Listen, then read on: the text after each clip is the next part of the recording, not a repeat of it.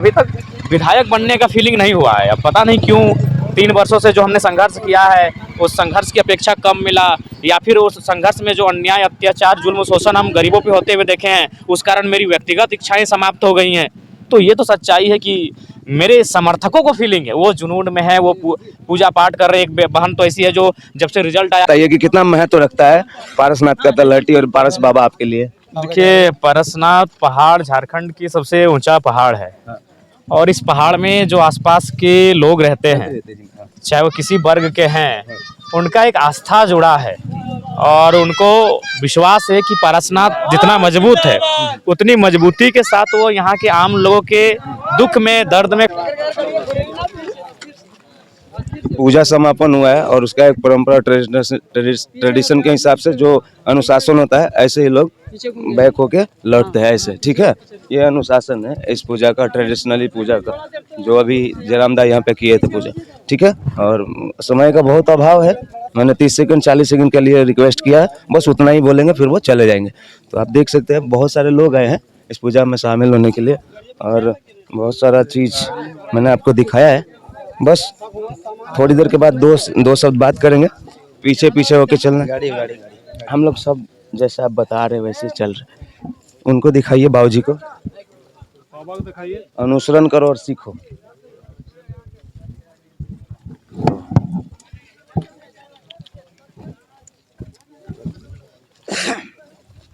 जयराम दा फोकस। आप देख सकते हैं।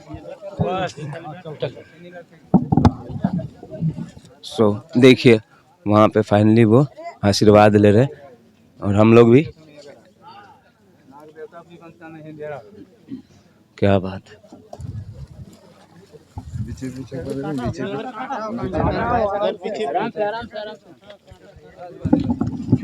ख्याल रखना अपना भाई।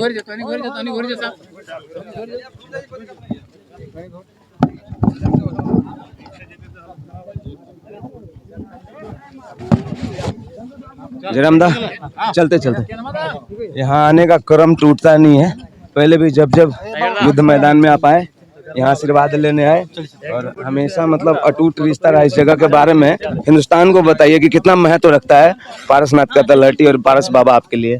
देखिए, पारसनाथ पहाड़ झारखंड की सबसे ऊंचा पहाड़ है, और इस पहाड़ में जो आसपास के लोग रहते हैं, चाहे वो किसी वर्ग के हैं, उनका एक आस्था जुड़ा है और उनको विश्वास है कि पारसनाथ जितना मजबूत है उतनी मजबूती के साथ वो यहाँ के आम लोगों के दुख में, दर्द में खड़ा है।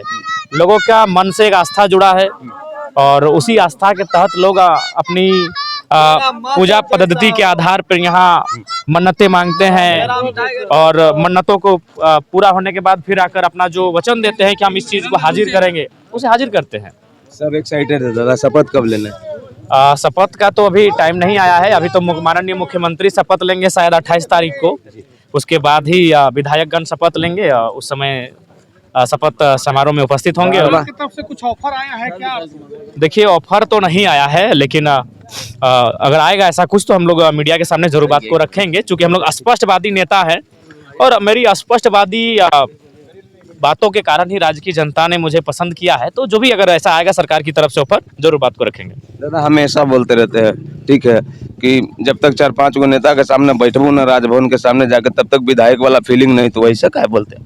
नहीं मैंने, देखिए अभी तक हम चुनाव जीतने के बाद आज तक जो आपके सामने बैठे हैं, ये इंटरव्यू तो हम 3 सालों से दे रहे हैं, और ये जो लोग मेरे साथ हैं, हमको लगता है इससे कई ज़्यादा गुना लोग मेरे साथ तो प्रत्येक दिन जुड़ते हैं और साथ रहते हैं। तो सही बात है, अभी तक विधायक बनने का फीलिंग नहीं हुआ है। अब पता नहीं क्यों 3 वर्षों से जो हमने संघर्ष किया है उस संघर्ष की अपेक्षा कम मिला, या फिर उस संघर्ष में जो अन्याय, अत्याचार, जुल्म, शोषण हम गरीबों पे होते हुए देखे हैं उस कारण मेरी व्यक्तिगत इच्छाएं समाप्त हो गई हैं।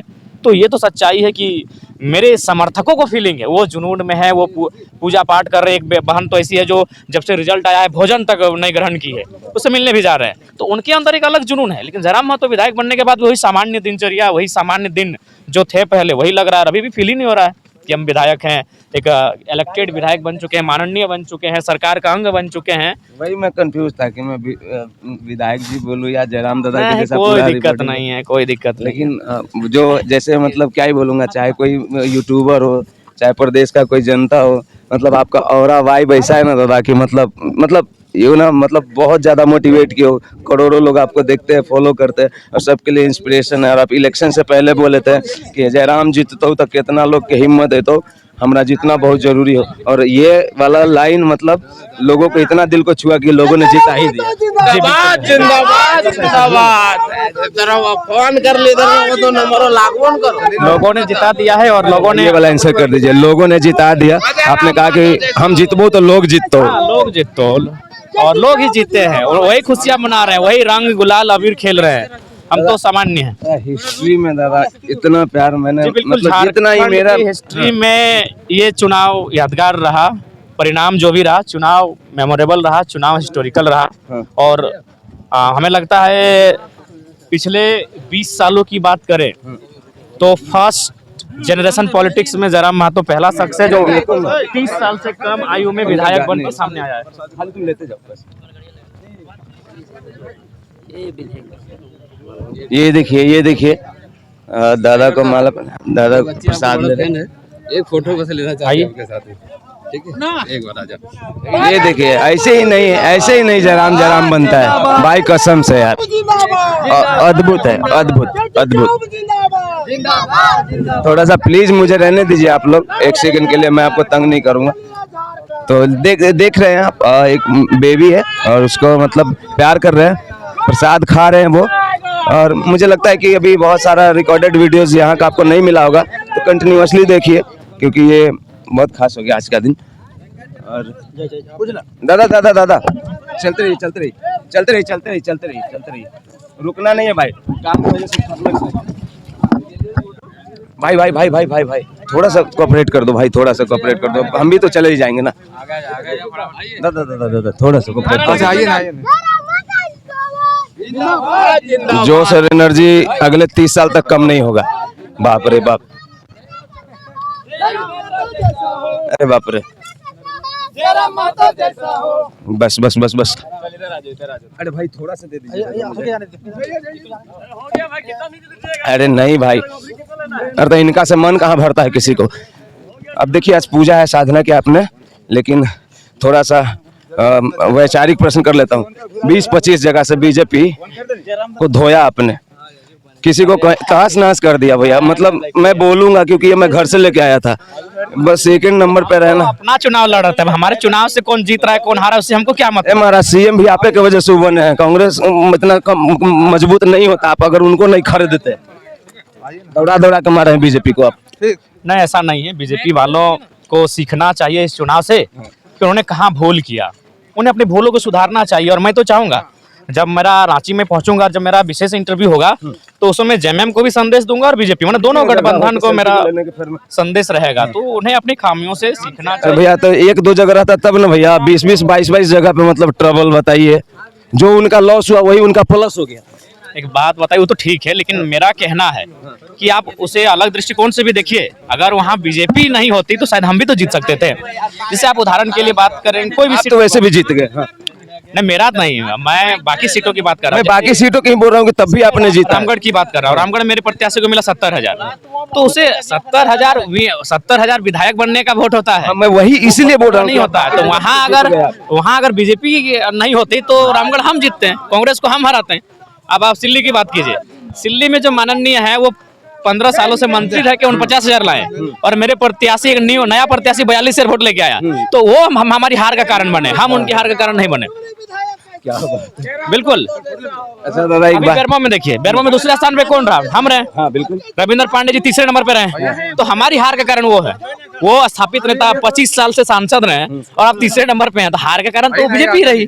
तो इसलिए अगर वहाँ बीजेपी नहीं होती नहीं तो आप शायद हाँ जेलकेम को 10 से 15 सीटें आती। लेकिन आपका डुमरी से जीतना, एक बात समझ लीजिए, पूरा मतलब 76 के 76 जीतने के बराबर है। आप मुखिया फेस थे, अध्यक्ष थे, आपका जीतना पूरा मतलब क्या ही बोलेंगे। तो आज आपने पूजा किया, बहुत बहुत जोहार दादा और बेस्ट ऑफ लक दादा। और 1-2 दिन और रिपोर्टिंग करना है, फिर चला जाऊंगा। अरे भाई साहब, ठीक है तो दादा थैंक यू। बहुत अच्छा। जयराम